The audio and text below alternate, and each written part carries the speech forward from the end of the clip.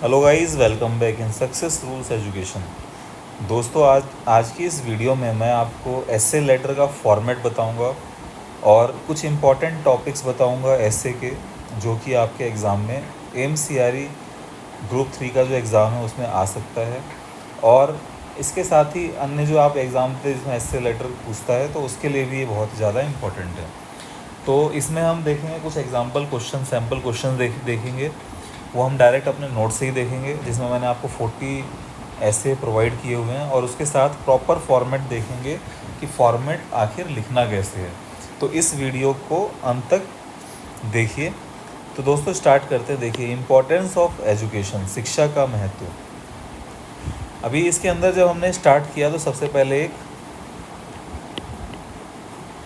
Slogan डाला, और वो स्लोगन किसका है अगर आपको याद है तो आप वो भी लिख सकते हैं।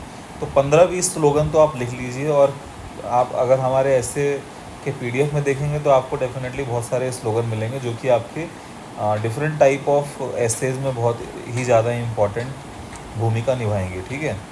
उसके बाद जो फर्स्ट पार्ट होता है इंट्रोडक्शन, जिस टॉपिक के बारे में ऐसे लिख रहे हैं आप उसको इंट्रोड्यूस करेंगे। ठीक है। जैसे education is foundation of personal and national development, it provide knowledge, build character and develop skill. Uneducated society become progressive, responsible and United. तो इस तरह से हमने एक इंट्रोडक्शन लिखा।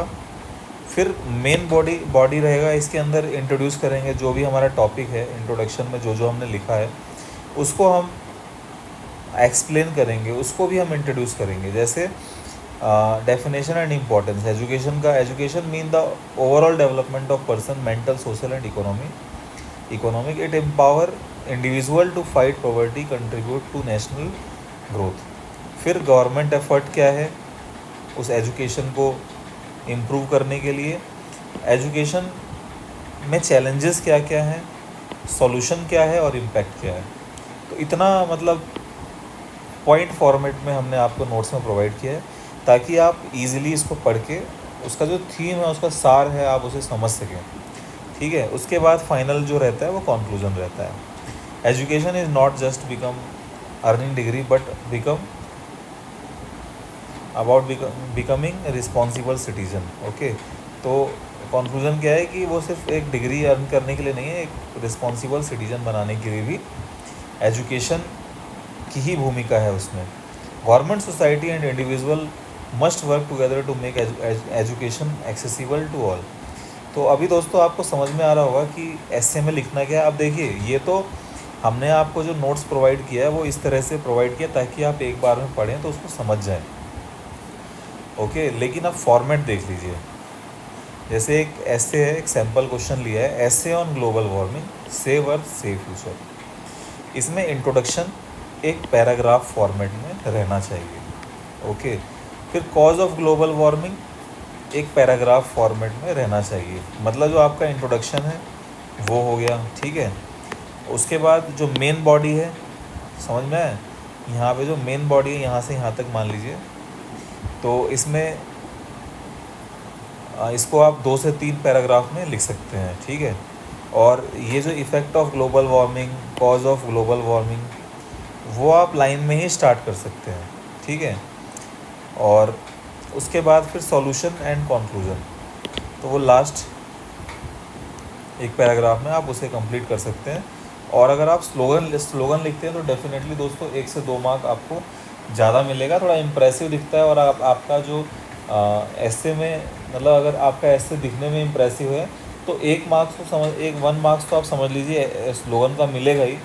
उसकी वजह से जो एक ओवरऑल जो एक इफ़ेक्ट पड़ता है ना पूरे एसे के ऊपर, वो उसकी वजह से भी आपको 1-2 मार्क्स का लीड मिल जाता है। तो इस चीज़ का आपको ध्यान रखना है। ठीक है। तो दोस्तों मैंने जितना भी आपको ऐसे आपको कराया है, जो आपको नोट्स दिए हैं, तो उस नोट्स में आप इस चीज़ का ध्यान रखें कि आप जब पढ़ेंगे तो उसको मतलब उसमें करंट को भी मैंने ऐड किया है, कुछ स्टैटिक चीज़ें हैं उसको भी ऐड किए हैं, और स्लोगन्स भी ऐड किए हैं, पॉइंट्स फॉर्मेट में दिया है ताकि आप एक बार पढ़े समझ में आ जाए। अब मैं बोलूँ आपको इस तरह से, मैं ऐसे आपको प्रोवाइड कर दूँ, अगर ये इस तरह से मैं आपको ऐसे प्रोवाइड कर दूँ और मैं बोलूँ कि इसको पढ़िए, तो आप इसको पढ़ के दोस्तों आप मतलब उतना ग्रैप्स नहीं कर पाएंगे जितना मैं आपको पॉइंट फॉर्मेट में दे के समझा सकता हूँ।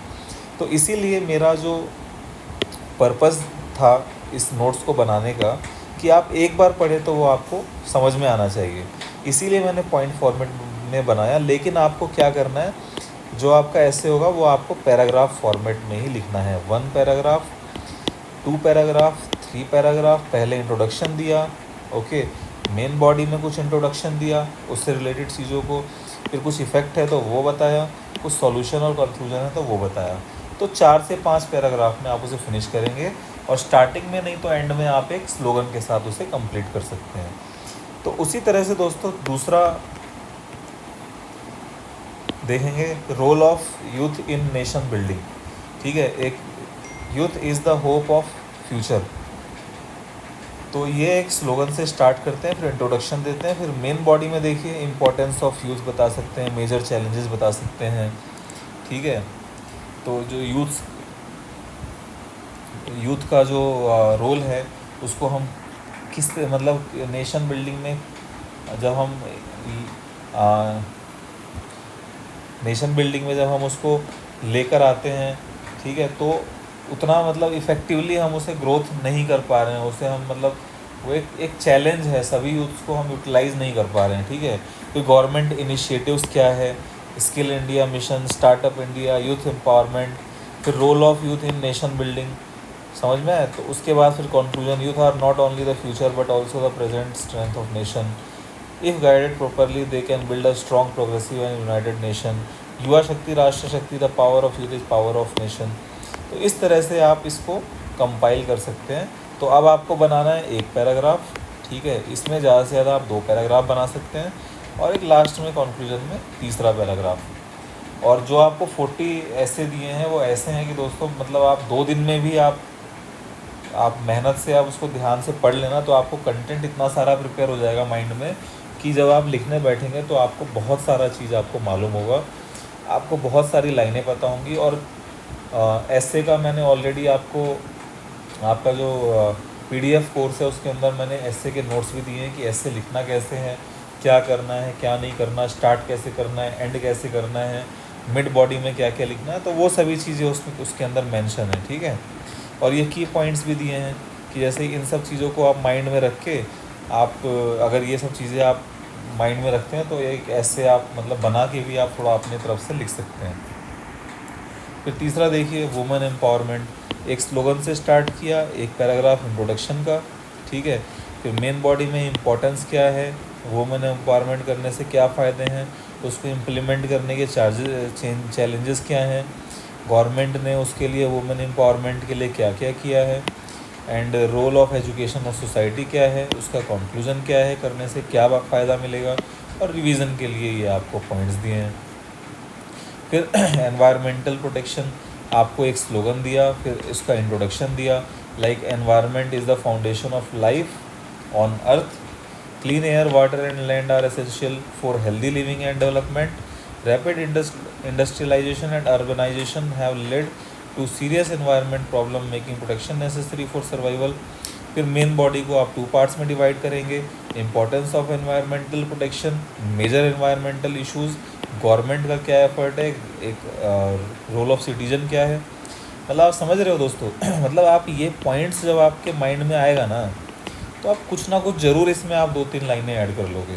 तो आपको पता होना चाहिए कि आपको लिखना क्या है, वो आपको एक रूपरेखा, आपको एक माइंड मैप बनाना पड़ेगा कि जब आप एक ऐसे लिख रहे हैं तो आपको उसमें क्या क्या लिखना है। फिर लास्ट में कंक्लूजन लिखोगे, और ये पॉइंट्स अगर आप इसको पढ़ के जाते हो तो डेफिनेटली कुछ कुछ पॉइंट्स आप अपनी तरफ से लिख सकते हो। ठीक है, तो अब आप दिखा देता हूँ आपको कितने टॉपिक्स हैं, जैसे digital India and its impact, okay.